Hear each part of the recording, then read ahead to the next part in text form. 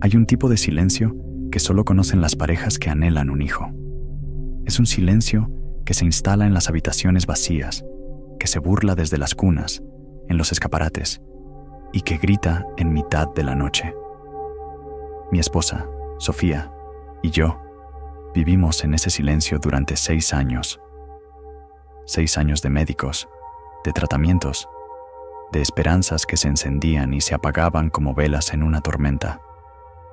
Nos habíamos mudado a un pequeño pueblo en las montañas buscando paz, pero encontramos un silencio diferente, más antiguo, impregnado en los muros de adobe y en los rostros de los ancianos. Fue uno de esos ancianos, el que nos vendía la leña, quien nos habló por primera vez de doña Elvira. No la llamó bruja, por supuesto. Usó palabras más cautelosas: sabia, curandera, una mujer que entendía los secretos de la tierra y de la sangre.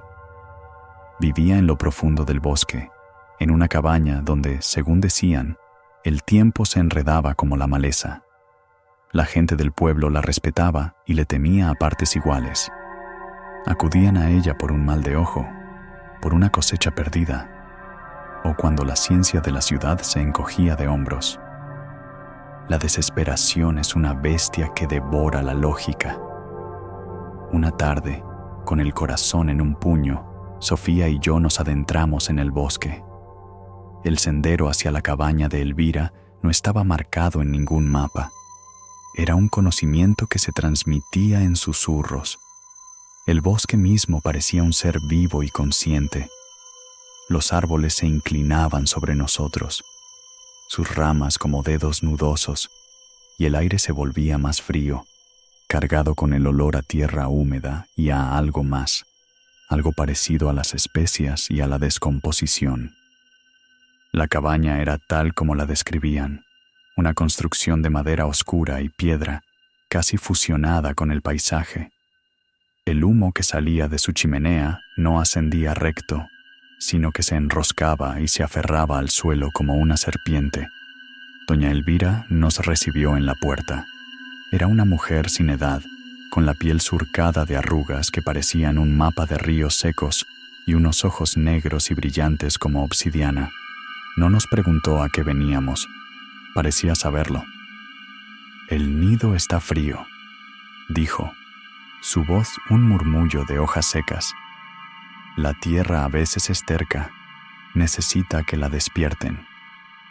Nos hizo pasar a una habitación llena de hierbas colgadas, de frascos con líquidos oscuros y de un silencio que vibraba.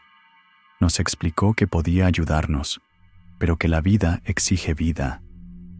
El ritual era antiguo, nos advirtió, y el pacto inquebrantable. Debíamos traerle un objeto personal de cada uno, una primera flor de nuestro jardín y unas gotas de nuestra sangre mezcladas en un cuenco de barro, y debíamos prometerle algo. «El primer llanto», susurró fijando sus ojos en Sofía. «El primer llanto es para mí». En nuestra desesperación, interpretamos sus palabras como una metáfora. Quizás se refería a la ofrenda, al pago por su ayuda. Aceptamos sin dudar. Realizamos el ritual bajo la luna nueva, en el centro de un círculo de piedras en su jardín. Elvira canturreó en una lengua gutural y desconocida mientras quemaba las flores y nuestros objetos. Nos dio a beber una infusión espesa y amarga que nos hizo sentir mareados, como si nuestros cuerpos se desconectaran de la realidad. Regresamos a casa esa noche, sintiéndonos vacíos y extrañamente esperanzados. 2 meses después, el milagro ocurrió. Sofía estaba embarazada. La alegría fue tan inmensa que borró casi por completo el recuerdo inquietante de aquella noche. Nos convencimos de que Elvira era simplemente una mujer con un profundo conocimiento de la herbolaria. El embarazo fue perfecto. Sofía resplandecía y nuestro hogar, antes silencioso, se llenó de risas y planes. Construí la cuna con mis propias manos. Pintamos la habitación de un azul cielo y compramos ropa diminuta. El silencio había sido desterrado. Nuestro hijo, a quien llamamos Mateo, nació una noche de tormenta. Era perfecto. Tenía los ojos de Sofía y mi cabello oscuro. Lloró con la fuerza de un león, y ese sonido, el sonido que tanto habíamos anhelado, fue la música más hermosa del mundo. En medio de nuestra felicidad, olvidamos por completo la promesa. La primera semana fue un sueño. Mateo era un bebé tranquilo, comía bien, dormía profundamente. Pero una noche, mientras lo acunaba, Sofía notó algo. Sus ojos, me susurró, pálida. Me acerqué. Los ojos de nuestro hijo, antes de un azul infantil, parecían más oscuros, y en su profundidad había una calma, una inteligencia que no correspondía a un recién nacido. Lo atribuimos al cansancio, a las sombras de la noche. Pero los cambios continuaron. El bebé apenas lloraba. Cuando lo hacía, no era el llanto agudo de un bebé, sino un sonido bajo, gutural, casi un quejido de fastidio. Su mirada nos seguía por la habitación, no con curiosidad, sino con una especie de evaluación fría. Dejó de sonreír. Se quedaba quieto en su cuna, observando, siempre observando. El terror, como una helada lenta, comenzó a instalarse en nuestro hogar. Sofía empezó a tener pesadillas. Soñaba que el bebé le hablaba con la voz de Elvira, que le decía que el nido era cálido, pero que pronto crecería. Empezamos a sentirnos como extraños en nuestra propia casa, como cuidadores de algo que no entendíamos. La alegría se había transformado en un miedo constante y silencioso. La verdad nos golpeó una tarde de otoño. Había dejado a Mateo durmiendo en su cuna mientras trabajaba en el jardín. Al volver a entrar, un olor nauseabundo llenó la casa. Corrí a la habitación del bebé. La cuna estaba vacía. Sobre las sábanas había un montón de plumas negras, palos rotos y lo que parecían los restos de un pájaro muerto. Un grito ahogado salió de mi garganta, y entonces escuché un ruido en el armario. Lo abrí lentamente. Allí, en el suelo, estaba Mateo, pero no era nuestro Mateo. Su piel era más pálida, sus extremidades parecían más largas, y de su boca entreabierta asomaba una lengua larga y bífida que lamía los restos de un ratón. Al verme, sus ojos brillaron con una inteligencia maligna y antigua, y la cosa que llevaba el rostro de mi hijo se recompuso, volviendo a su apariencia de bebé indefenso. El primer llanto es para mí. Las palabras de la bruja resonaron en mi cabeza con una claridad aterradora. No quería el sonido, quería el momento, el instante en que la nueva vida anuncia su llegada al mundo. En ese momento había hecho el cambio. Nos había quitado a nuestro hijo y nos había dejado uno de los suyos, un cuco en nuestro nido. Lleno de una furia que superaba al miedo, corrí hacia el bosque, hacia la cabaña de Elvira. La encontré sentada en su porche, meciéndose lentamente, como si me estuviera esperando. «¡Devuélveme a mi hijo!», grité con la voz rota. Ella sonrió, una sonrisa sin alegría. «Tú tienes un hijo», dijo. «Lo estás criando, le das tu calor, tu amor. Él se alimenta bien». «Esa cosa no es mi hijo», espeté. «Es mi sangre», respondió ella con calma. «Mi estirpe es débil al nacer. Necesita el calor de un nido ajeno. Necesita el amor de unos padres desesperados para fortalecerse. Ustedes lo alimentan con su alegría, con sus esperanzas. Cuando sea lo bastante fuerte, volverá a mí». En ese momento, de la cabaña salieron 2 niños más, de unos 4 o 5 años. Ambos tenían los mismos ojos negros y vacíos de Elvira. Se movían con una agilidad antinatural y me miraron con la misma frialdad evaluadora que el ser que dormía en mi casa. Eran sus otros hijos, cosechados de otros nidos, de otras parejas rotas por la desesperación. No pueden hacerle daño, añadió la bruja, como si leyera mi mente. El pacto de sangre los une. Si él sufre, tu esposa sufre. Si él muere, ella muere. Regresé a casa derrotado. Sofía y yo estábamos atrapados en una pesadilla de la que no podíamos despertar. Teníamos que seguir fingiendo. Teníamos que amar a la criatura que nos había robado a nuestro hijo, alimentarla con nuestras emociones mientras nos consumía lentamente. Han pasado 5 años. Nuestro hijo sigue pareciendo un bebé. No ha crecido ni 1 centímetro, pero sus ojos son cada día más viejos. Sofía y yo somos sombras de lo que fuimos, envejecidos prematuramente, con la mirada perdida y el alma vacía. A veces, por la noche, escucho a la criatura susurrar en la oscuridad, en la misma lengua gutural que usó la bruja en el ritual. No sé qué dice, pero sé que está hablando con su madre. Sé que le está diciendo que el nido ya casi está frío, que pronto estará listo para abandonarlo.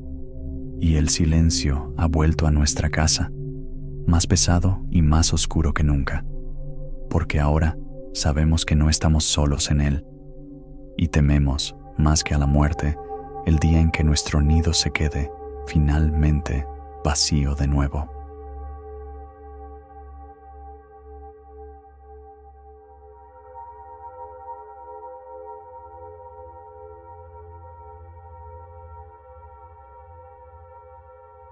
Hay lugares en el mapa que parecen olvidados por el tiempo. Pequeños puntos de civilización anclados en un mar de naturaleza virgen, donde las tradiciones pesan más que las leyes y los secretos se entierran tan profundo como a sus muertos. Yo buscaba un refugio así. Huyendo del estruendo y la furia de la ciudad, encontré un pequeño pueblo llamado Umbría, acurrucado en un valle tan verde que dolía a los ojos. Compré una vieja casa de campo en las afueras, una estructura de piedra y madera que olía a tierra húmeda y a generaciones de silencio. Mi plan era simple: escribir, respirar aire puro y sanar. Pero Umbría no sana, Umbría consume. Los primeros meses fueron idílicos. Los lugareños, aunque reservados, eran amables a su manera. Me dejaban verduras en el porche y sonreían con la cabeza gacha cuando nos cruzábamos en el único camino de tierra. Noté sus peculiaridades, por supuesto. Nadie salía después del anochecer. Nunca. Las ventanas de todas las casas estaban adornadas con pequeños manojos de hierbas secas y espirales de alambre de cobre.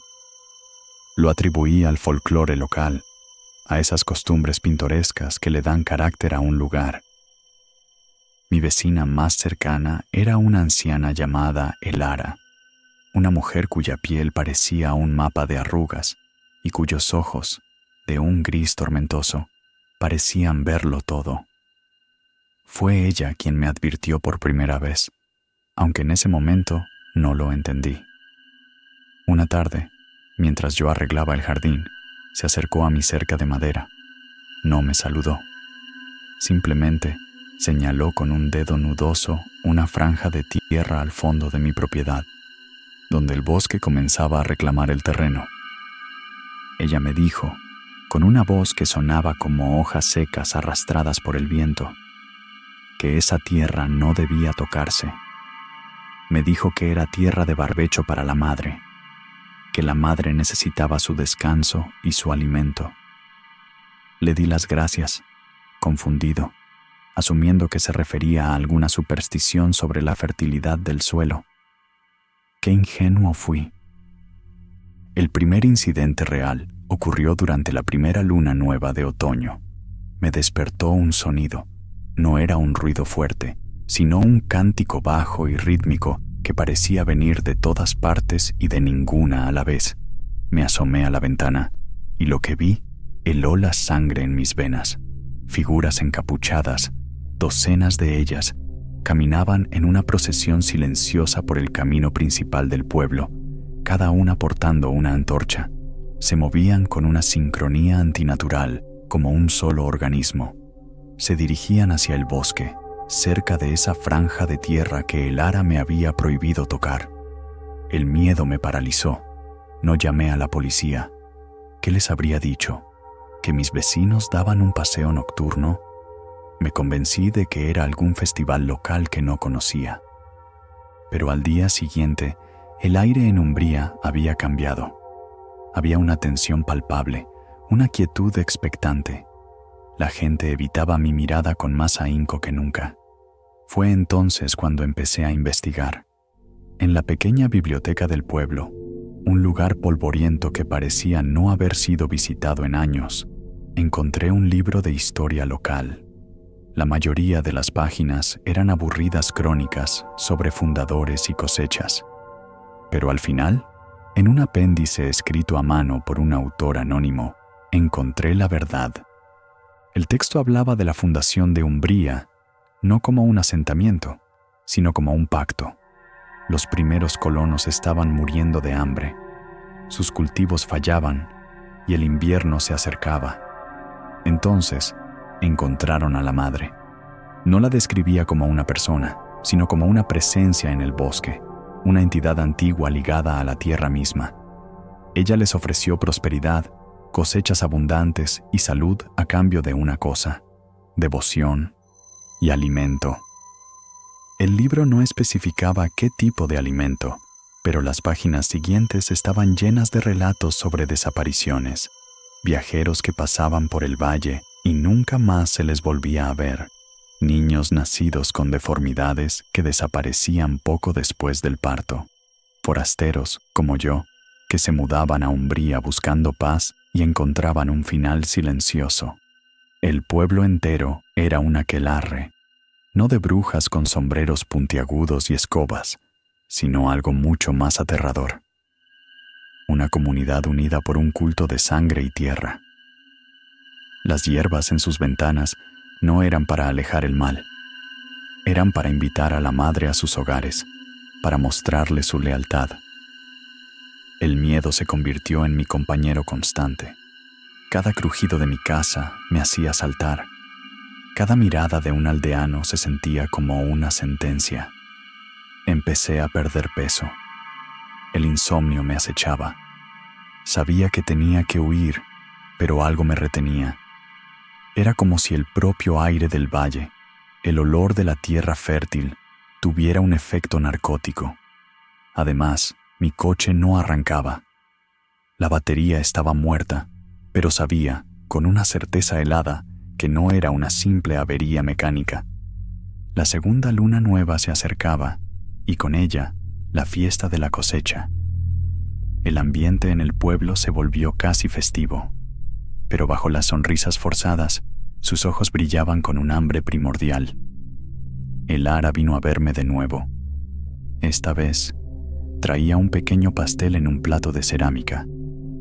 Me dijo que era una ofrenda de bienvenida, que esperaban que me uniera a ellos para la celebración. La forma en que lo dijo no era una invitación, era una orden. Miré el pastel. Olía delicioso, a canela y manzana, pero sabía que estaba drogado. Sabía que si comía un solo bocado, mi voluntad se desvanecería y caminaría con ellos hacia el bosque, convirtiéndome en el próximo sacrificio, el alimento para la madre que aseguraría su prosperidad por otro año. Rechacé el pastel tan amablemente como pude. La sonrisa de el ara no vaciló, pero sus ojos grises se oscurecieron hasta volverse casi negros. Ella dijo, con esa misma voz de hojas secas, que la madre era paciente, pero su hambre era eterna, y que la tierra siempre reclama lo que es suyo. Esa noche, la noche de la cosecha, no esperé a que vinieran por mí. Empaqué una mochila con lo esencial, rompí la ventana trasera de mi casa para no hacer ruido con la puerta y corrí. Corrí hacia el único lugar que ellos no vigilarían, porque ningún lugareño se atrevería a entrar allí solo, el bosque, pero lejos de la tierra de barbecho.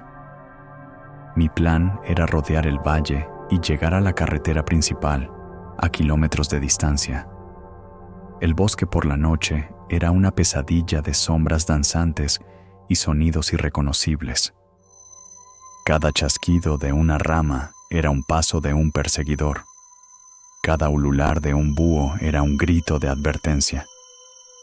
Después de lo que parecieron horas, tropecé con un claro, y entonces lo sentí, una presión en el aire, una vibración que resonaba en mi pecho. El suelo bajo mis pies parecía respirar, y en el centro del claro vi algo que mi mente aún lucha por procesar. No era un árbol ni una roca, era una masa informe de tierra, raíces y algo que parecía tejido muscular oscuro, palpitando lentamente bajo la luz de la luna. De ella emanaba un olor dulce y nauseabundo, a flores podridas y carne vieja. No tenía rostro, ni forma definida, pero yo sabía que era ella, la madre, y sentí su conciencia sobre mí, una curiosidad antigua y depredadora. Entré en pánico, me di la vuelta y corrí sin rumbo, gritando, y entonces escuché los cánticos de nuevo, esta vez más cerca. Las luces de las antorchas se filtraban entre los árboles, rodeándome. Pude ver sus siluetas, el pueblo entero, moviéndose a través del bosque con una facilidad aterradora. No me estaban cazando, me estaban pastoreando, llevándome hacia el claro, hacia ella. Tropecé y caí. Rodé por una pequeña pendiente y mi cabeza golpeó una roca. La visión se me nubló. El sonido de los cánticos se distorsionó. Lo último que vi antes de que la oscuridad me reclamara fue el rostro de Elara, mirándome desde arriba. No había malicia en su expresión, solo una especie de piedad resignada, como un granjero mirando a un animal antes del sacrificio. No sé cuánto tiempo estuve inconsciente. Cuando desperté, estaba en mi propia cama. La luz del sol entraba por la ventana. Por un momento, pensé que todo había sido una pesadilla febril, pero entonces vi el barro en mis botas, junto a la puerta, y sobre mi mesita de noche había un plato de cerámica, vacío, y un pequeño rastro de ceniza oscura. Salí de la casa. El aire del pueblo se sentía ligero, limpio. La tensión había desaparecido. La gente me saludaba, esta vez con sonrisas genuinas, cálidas. Me ofrecían su ayuda para arreglar mi coche. Me invitaban a cenar. Era como si finalmente me hubieran aceptado. Pero algo en mí estaba roto. No recuerdo haber comido nada. No recuerdo haber regresado a mi casa. Pero siento la tierra de Umbría de una manera que no sentía antes. Siento el pulso lento y profundo bajo mis pies. A veces, cuando miro mi reflejo, mis ojos parecen más oscuros y tengo hambre, un hambre que nada parece saciar. No he intentado irme, no quiero. Este es mi hogar ahora. Soy parte del pueblo, parte de la tradición.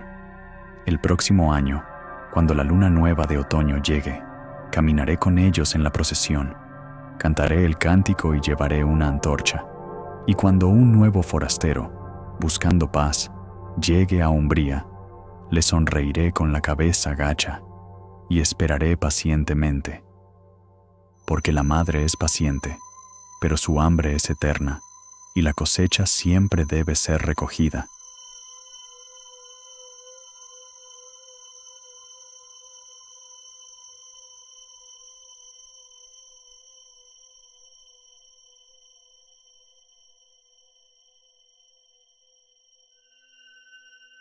No estoy seguro de cuánto tiempo me queda.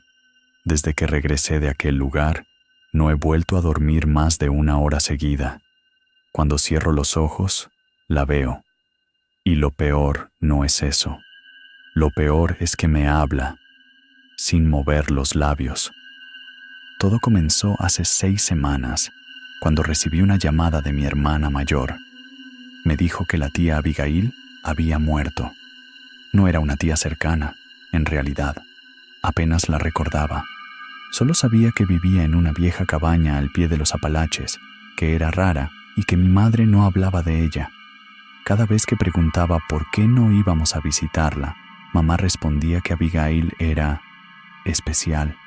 Esa palabra, especial, como si tuviera algo que no se podía nombrar. La llamada no solo fue para avisarme de su muerte. Me dijeron que yo había heredado la propiedad. Yo nunca había estado en Virginia Occidental, pero algo en mi interior me empujó a ir. Tal vez era curiosidad, tal vez una parte de mí buscaba escapar. Tomé el auto y conduje durante un día entero hasta llegar a aquel pueblo hundido en el olvido, rodeado por árboles que parecían más antiguos que el tiempo. Me recibió un abogado local. Era un hombre enjuto, nervioso. Me entregó las llaves sin mirarme a los ojos y solo dijo una cosa antes de marcharse: no se quede después del atardecer, ni una sola noche. No supe si lo dijo en serio o si era una de esas advertencias locales, el tipo de supersticiones que se transmiten como cuentos de fogata. Pero cuando llegué a la cabaña, entendí que ese lugar no era un simple legado familiar. La cabaña estaba encajada entre los árboles, como si el bosque hubiera crecido para encerrarla. La madera estaba podrida por partes, pero aún firme. Las ventanas, tapadas desde dentro con tablones. Todo olía a humedad, a tierra y a algo más. Un olor metálico, leve, pero constante. Dentro encontré cosas extrañas. No solo libros viejos y frascos con hierbas secas. Había figuras hechas con huesos, muñecos de trapo colgados del techo, cuerdas anudadas con símbolos, espejos cubiertos con telas negras. Un diario. Las primeras páginas estaban llenas de anotaciones sobre plantas, rituales, fases lunares, pero conforme avanzaban las hojas, la letra de Abigail se volvía más caótica, palabras tachadas, frases repetidas, luego símbolos, y finalmente una única frase escrita una y otra vez: el silencio escucha. El silencio aprende. El silencio regresa. Me quedé esa primera noche a pesar de la advertencia. No sé si fue arrogancia o simple cansancio. Me dormí en una vieja silla frente a la chimenea con el diario en el regazo. A las 3 de la madrugada me despertó un sonido. No sé cómo describirlo. No fue un golpe ni un crujido. Era como cuando te tapas los oídos y escuchas tu propio cuerpo vibrar, pero no estaba dentro de mí. Venía de fuera, del bosque. Al principio pensé que era el viento, pero entonces se repitió. Un zumbido grave, intermitente, que parecía responder a mi respiración, como si algo allá afuera intentara imitarme. Me levanté, crucé la sala y aparté una tabla de la ventana. La noche estaba inmóvil, ni una hoja se movía, y entonces la vi. Una figura al pie de los árboles, alta, delgada, no se movía. No tenía rostro visible, solo una especie de velo colgando de su cabeza que se agitaba sin viento. No podía distinguir si era una persona o una ilusión. Entonces comenzó a caminar. Pero no era un caminar normal. No levantaba los pies. Se deslizaba, lentamente, sin mover brazos, sin inclinar el cuerpo. Solo avanzaba, directamente hacia la cabaña. Cerré la tabla de golpe. Corrí a buscar las llaves, el celular, cualquier cosa. Pero el teléfono no tenía señal.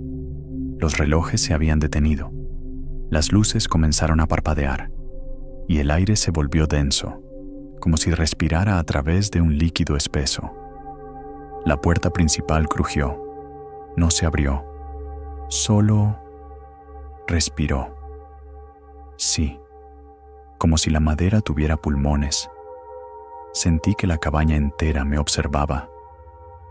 Subí al desván donde encontré una trampa de sal y cenizas alrededor de un círculo pintado en el suelo. Dentro del círculo había una silla, y sobre la silla, un espejo, sin cubierta, negro, sin reflejo. No entendía nada. Solo supe que no debía tocarlo. Pasé el resto de la noche encerrado en una de las habitaciones, con el diario abierto. Las últimas páginas estaban escritas con sangre. Lo sé porque el color no era tinta y las letras estaban temblorosas, como si la mano hubiera estado muriendo al escribirlas. Decían: no la escuches, no respondas, no la nombres. El silencio es una bruja y no perdona la voz. La siguiente mañana no parecía real. El sol se filtraba entre los árboles y las aves cantaban como si nada hubiera ocurrido. Pensé que tal vez todo fue un mal sueño, hasta que vi las huellas. Huella tras huella, marcadas en barro húmedo, desde la orilla del bosque hasta la misma puerta. Huellas sin forma, como si alguien hubiese arrastrado algo con dedos demasiado largos. Intenté irme ese mismo día, pero cada vez que tomaba la carretera, ésta se deformaba, se doblaba hacia el mismo punto, la cabaña. El GPS daba vueltas en círculos. El auto se apagaba al pasar cierto kilómetro. No pude salir. Y cada noche ella se acercaba más.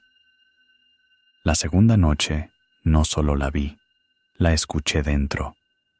No caminaba, no respiraba, pero podía oírla. Un susurro que no usaba palabras, sino pensamientos. Se metía en mi mente, repetía frases que yo nunca dije en voz alta.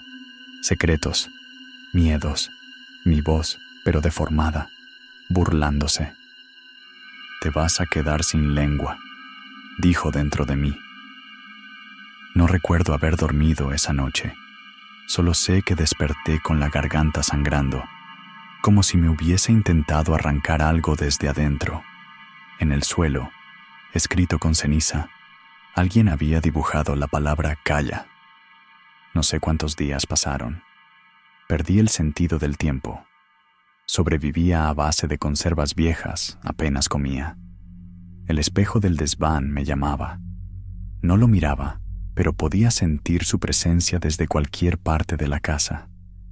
Era como un agujero que absorbía el sonido. Cada vez que pasaba cerca, mis pasos se apagaban.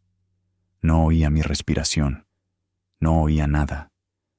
Hasta que una noche la puerta se abrió sola. Ella entró. No caminó, no flotó. Se deslizó. Su vestido era parte del suelo como raíces secas. Su cuerpo era huesudo, delgado como un alambre. No tenía rostro, solo piel lisa, tensa. Y donde deberían estar sus ojos, había dos bocas pequeñas, cosidas con hilo negro. Entonces comprendí. Ella era el silencio, la bruja de la que hablaba el diario, y había estado atrapada allí, alimentándose del miedo, de las voces, de los pensamientos no dichos. No quería matarme, quería entrar, habitarme, borrar mi voz del mundo y usar mi cuerpo para caminar fuera del bosque. Grité. Fue lo único que me salvó. Al romper el silencio con mi voz, ella chilló, no con rabia, sino con angustia, como si el sonido la quemara. Se deshizo en sombras, se disolvió por las rendijas de la madera. Entonces supe lo que debía hacer. Volví al desván, tomé el espejo y lo envolví en una sábana. Lo enterré en lo profundo del bosque, bajo un árbol hueco donde el sol no llega. Lo sellé con sal, tierra negra y un símbolo que encontré en el diario de Abigail. Pude salir al día siguiente. El camino ya no se torcía, el sol no parpadeaba, pero ella no se fue. Aún la escucho cuando me acuesto, no con los oídos, en la mente. Susurra, se arrastra, y sé que si me quedo en silencio, volverá.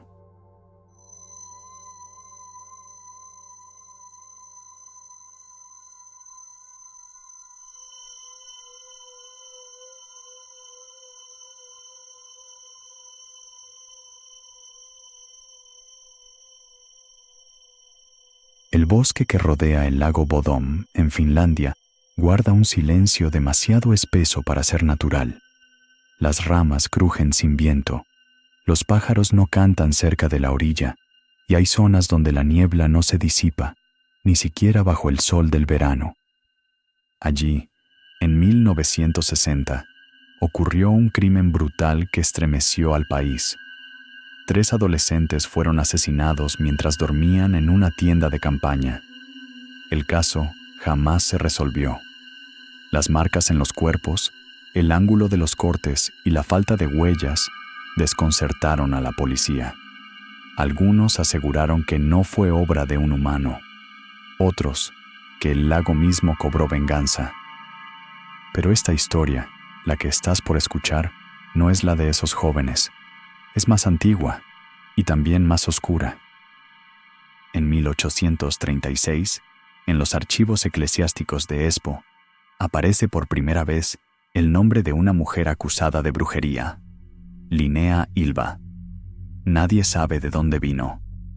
Se instaló sola en una cabaña al borde del lago Bodom, en una época donde las mujeres solas aún eran vistas con sospecha. Curaba enfermedades, ayudaba en partos, hablaba con animales. Pero lo que más perturbaba a los lugareños era que nunca envejecía. Durante más de 20 años, Linnea se mantuvo igual. Su rostro, sus ojos, su cabello, todo permanecía intacto. Hasta que un invierno, un grupo de niños desapareció. El último en ser visto corría por el bosque gritando que una mujer lo había llamado desde el lago. Una mujer con ojos de hielo y voz de madera quebrada. El pueblo la culpó sin dudar. La arrastraron de su cabaña en mitad de la noche y la amarraron a una piedra grande cerca de la orilla. Linnea no suplicó, solo pronunció algo en voz baja, en un idioma que ningún testigo pudo reconocer, y luego sonrió. Una sonrisa que, según los registros, hizo llorar incluso al más fanático de los que la acusaban. La hundieron en el lago con una cadena al cuello, creyendo haber purificado el lugar. Pero fue entonces cuando comenzaron los verdaderos horrores. Con los años, los aldeanos notaron que el agua del lago se volvió más densa, más fría, incluso en verano. Algunos afirmaban haber visto a una mujer caminando sobre la superficie en las madrugadas de luna nueva. Otros, pescadores sobre todo, decían que voces emergían del fondo, rezando al revés. Durante generaciones, las historias pasaron de boca en boca. Nadie se atrevía a nadar en el lago, ni siquiera a pescar, hasta que en los años 90, un grupo de jóvenes universitarios, fascinados por el caso del 60 y las leyendas locales, decidieron hacer un documental. Entre ellos estaba Alexi, estudiante de cinematografía, obsesionado con lo sobrenatural. Llevaba tiempo recopilando testimonios de habitantes ancianos, y cuando encontró el nombre de Linnea Ylva en los archivos antiguos, algo se activó en él. Decidió buscar la cabaña. No fue difícil, aunque el bosque había cambiado. Las coordenadas escritas por un misionero de 1841 aún servían. Alexi y su grupo llegaron a una colina cercana al lago, cubierta de árboles podridos y raíces expuestas. Allí, semienterrada en tierra húmeda, encontraron la estructura. Una cabaña de madera ennegrecida, apenas visible entre la maleza. No parecía habitada, pero tampoco abandonada. Había señales de pasos recientes en el barro, símbolos tallados en los troncos y cuervos observándolos desde las ramas. Grabaron durante horas, interior, exterior, alrededores. Incluso encontraron una trampa oxidada con restos de cabello humano. Nada parecía moverse, pero las cámaras captaron un zumbido extraño en el audio, una frecuencia aguda que solo se activaba al enfocar la puerta. La noche cayó rápido. El grupo decidió acampar en una colina cercana, lejos de la orilla, pero con vista al lago. Era pleno verano, y el sol no se ocultaba del todo, solo se disfrazaba con una luz tenue y gris. Alexi no podía dormir. Algo en el aire lo inquietaba. A las 3 de la madrugada, oyó un susurro. No desde afuera, sino desde la grabadora que había dejado encendida por accidente. La revisó. No había voces humanas, solo agua moviéndose. Y luego, una palabra: Linnea.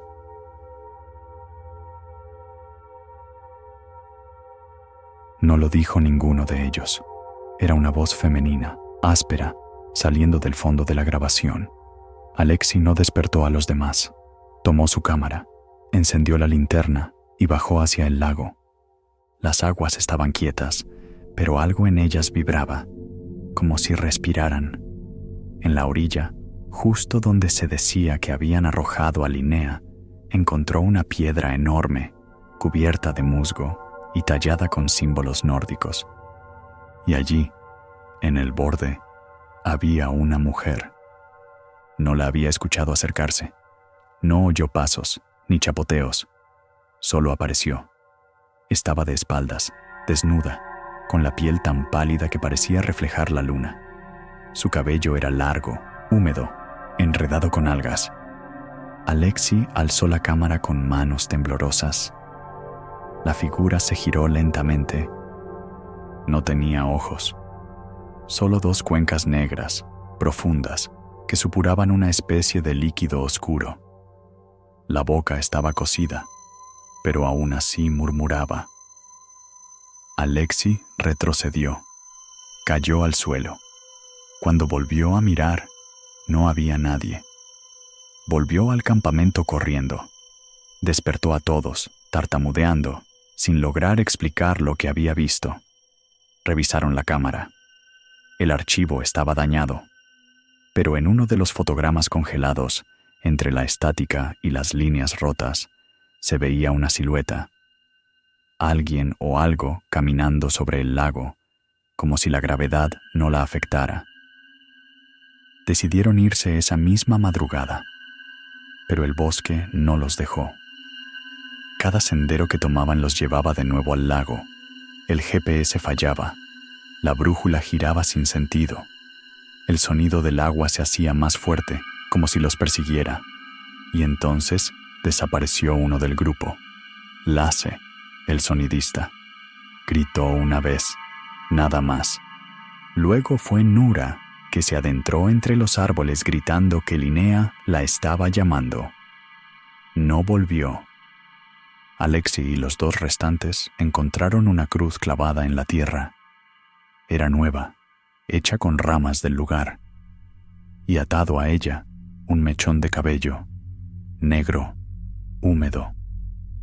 El sol volvió a salir, pero la temperatura no cambió. Los árboles exhalaban niebla.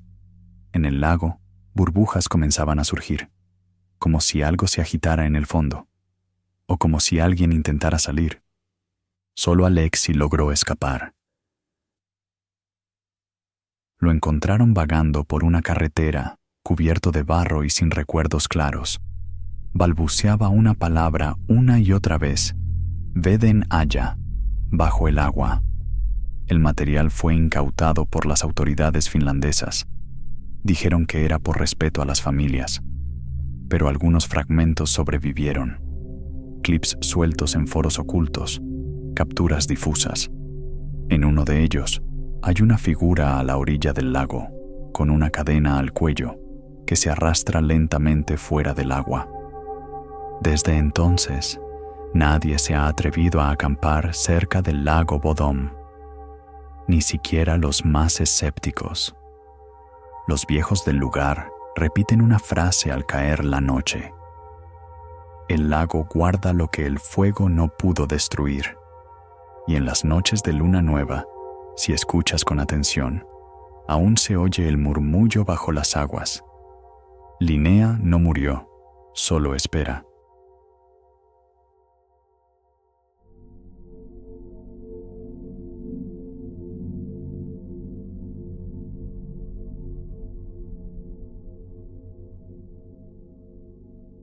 No sé cómo empezar esto sin sonar como alguien que necesita ayuda psiquiátrica.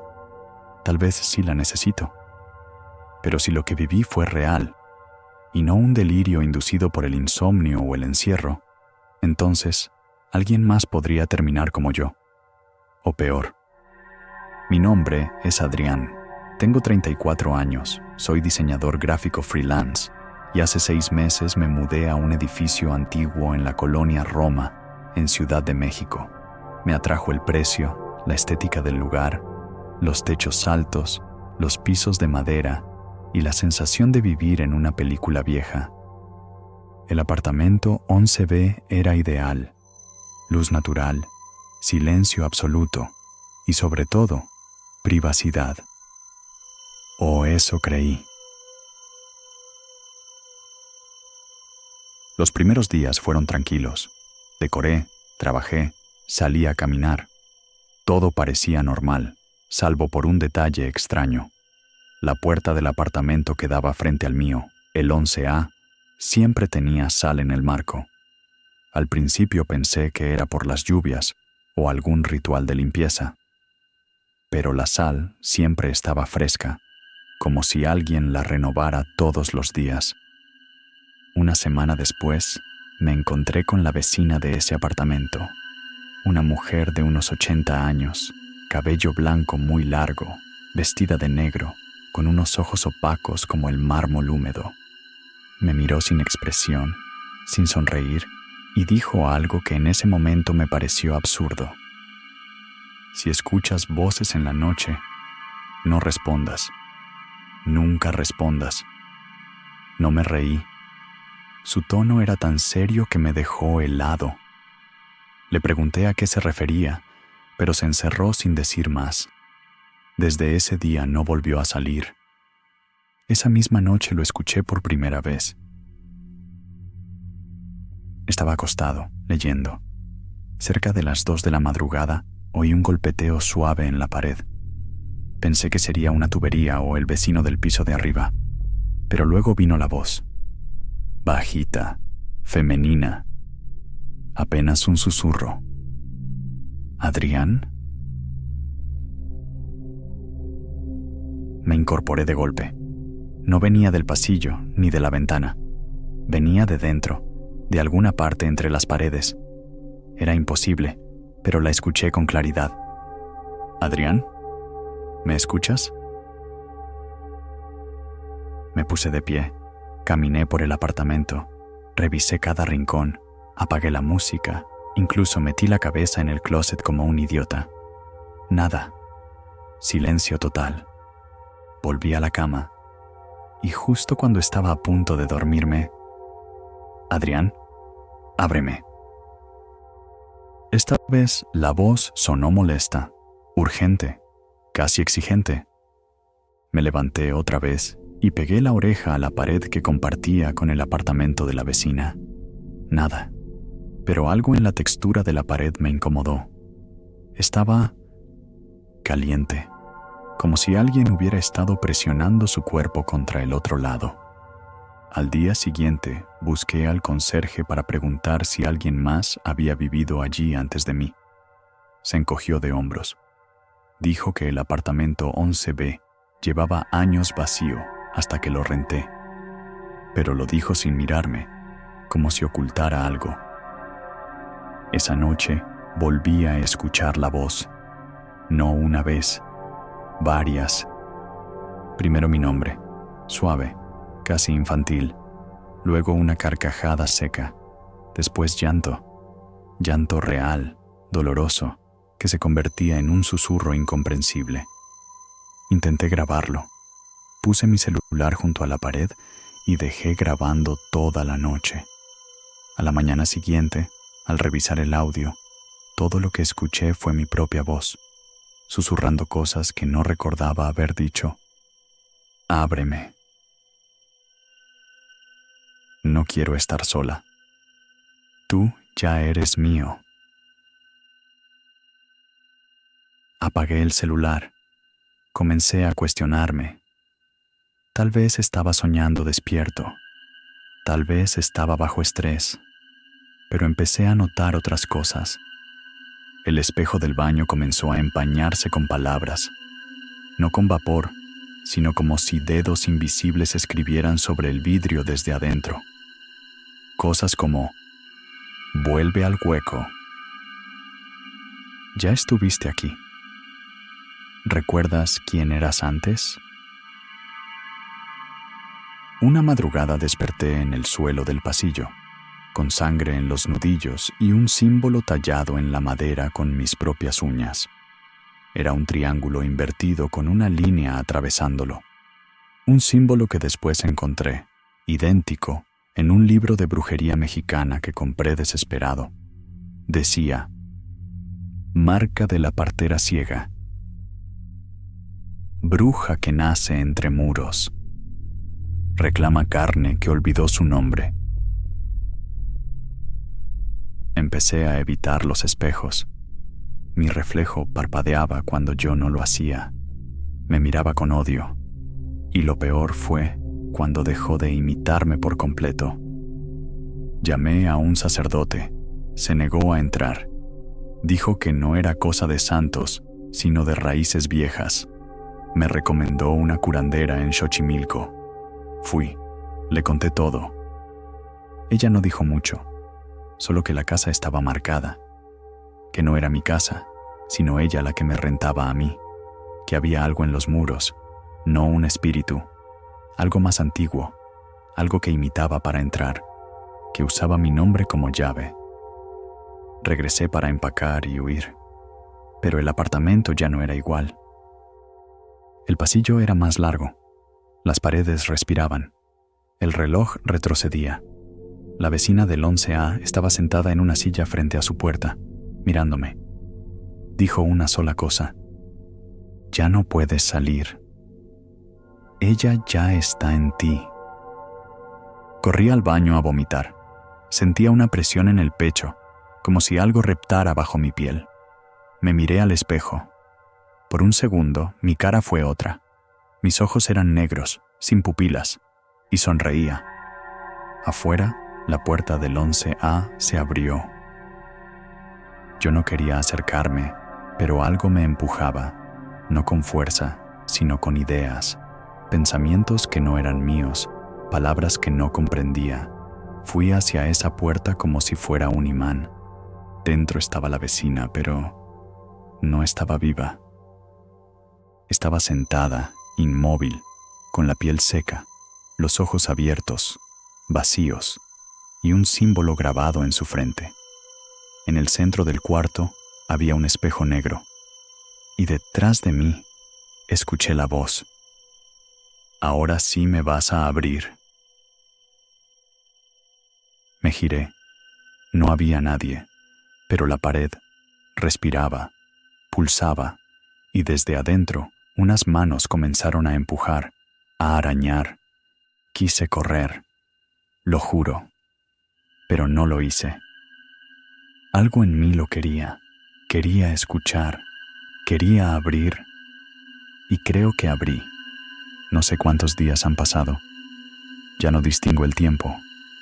Hay un cuaderno frente a mí, uno que no escribí yo, pero la letra es la mía. Solo dice: yo soy el nuevo 11A. Si escuchas que alguien te llama, no respondas. Nunca respondas. O ella te abrirá desde adentro.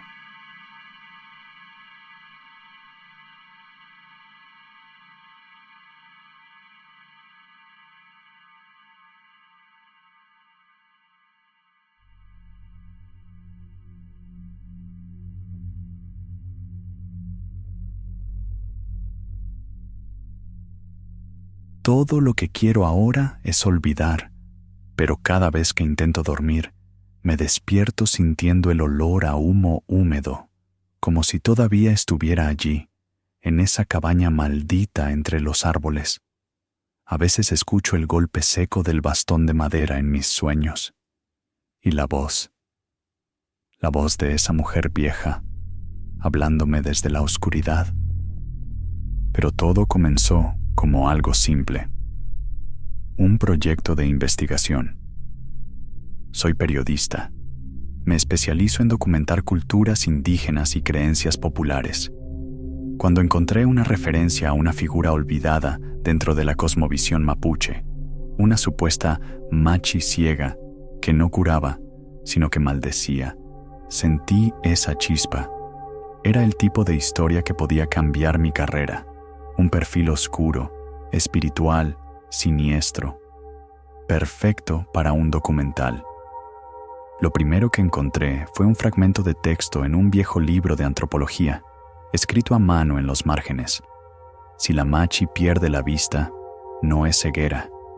Es que ya no ve este mundo. Ahora ve el otro. Eso fue todo lo que necesitaba para subirme a un avión y viajar al sur. Llegué a la región de los ríos a mediados de junio, cuando el cielo se mantiene nublado por días y la lluvia no cae. Se filtra. Me alojé en un hostal de Valdivia, desde donde partía cada día a los sectores rurales para hablar con comunidades mapuche. La mayoría fue amable pero reservada. Todos reconocían a las machis como sanadoras, sabias, mujeres de poder.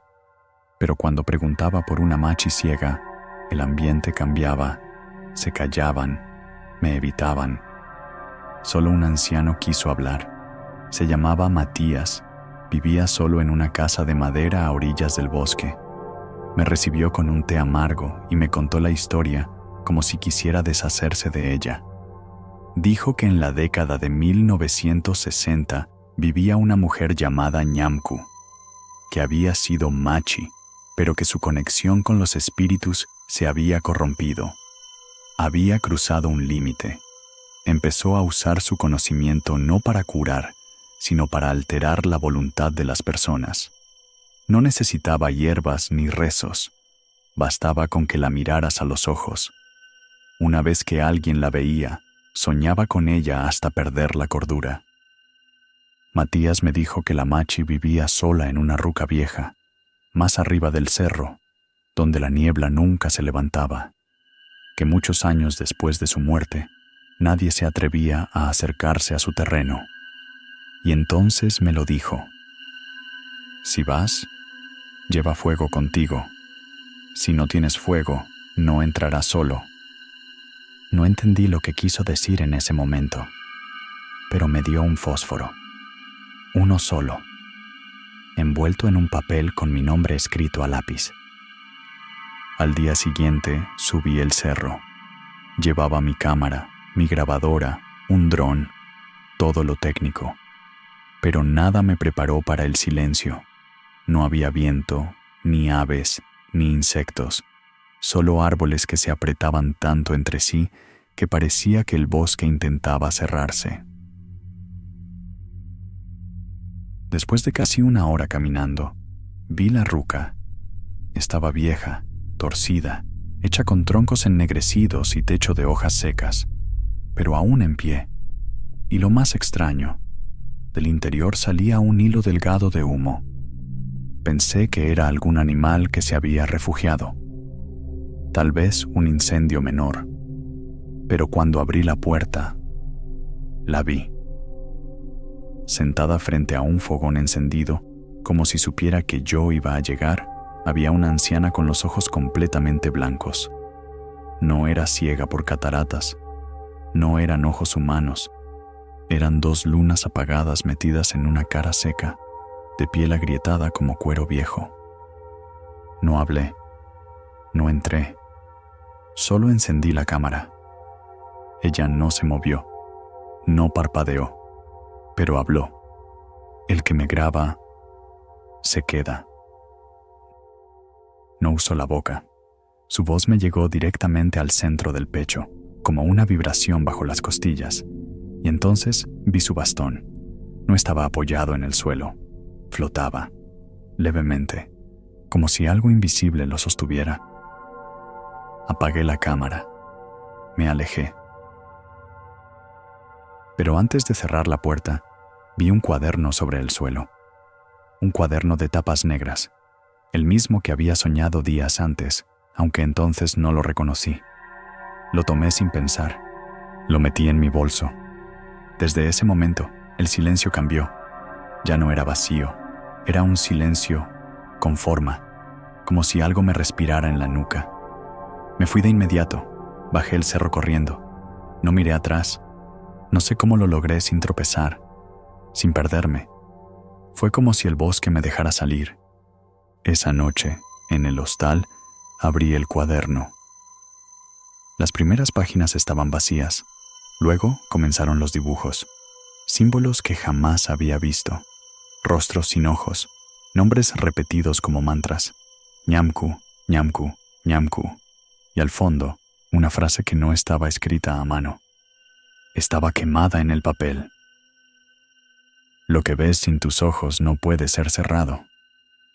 A partir de ahí, las cosas se salieron de control. Soñaba con la ruca cada noche, pero en los sueños estaba habitada. Las paredes tenían piel, las brasas del fogón eran ojos, y ella, sentada, me hablaba en un idioma que nunca aprendí, pero que entendía perfectamente. Me mostraba mi rostro, mi muerte, mi rostro otra vez, distinto, envejecido, como si ya hubiera pasado por eso. Empecé a oír su voz mientras editaba los videos. Una interferencia, un canto ahogado. Cuando puse el video cuadro por cuadro, descubrí que en 3 fotogramas, detrás de mí, se veía una sombra de cuerpo entero. No estaba cuando grabé. Y aún peor, su rostro era el mío. No podía seguir. Intenté destruir el cuaderno. Lo quemé en una olla metálica. Pero al día siguiente, lo encontré en mi maleta, como si jamás hubiese salido de allí. Solo que esta vez tenía una página más, una hoja arrancada de un diario con mi nombre y la fecha exacta en que me había internado en el cerro.